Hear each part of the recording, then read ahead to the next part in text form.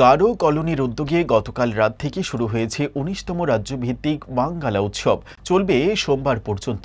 এই ওয়াংগালা উৎসবের সূচনা করেন রাজ্যের অর্থমন্ত্রী প্রণজিৎ সিংহ রায়। উপস্থিত ছিলেন মন্ত্রী বিকাশ দেববর্মা, বিধায়ক জিতেন্দ্র মজুমদার ও অভিষেক দেবরায় সহ সংগঠনের রাজ্য নেতৃত্ব। এই উৎসবের তাৎপর্য হল গারো সম্প্রদায়ের জনগণ তাদের নিজস্ব জমিতে নতুন ফসল উৎপাদন করে সেই ফসল দেবতাদের প্রতি নিবেদন করা, যা পরম্পরা ঐতিহ্য।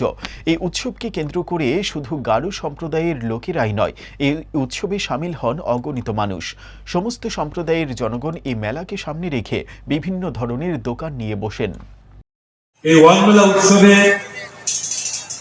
এইবার নিয়ে আমি চতুর্থবার এখানে উপস্থিত হওয়ার সৌভাগ্য আমার হয়েছে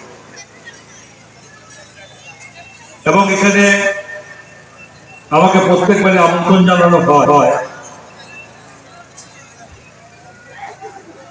এই ত্রিপুরা গভর্নমেন্টের পক্ষ থেকে, গোমতী ডিস্ট্রিক্টের পক্ষ থেকে এবং বিশেষ করে নির্বাচনের মাননীয় বিধায়ক অভিষেক দেবরায় তো এখানে আগাম বলে রাখে আসতে হবে। তো স্বাভাবিকভাবে শুধু আসা নয়, আমার কাছে একটা জিনিস খুব ভালো লাগে যে প্রত্যেকটা সম্প্রদায়ে তাদের নিজ নিজ একটা প্রধান উৎসব।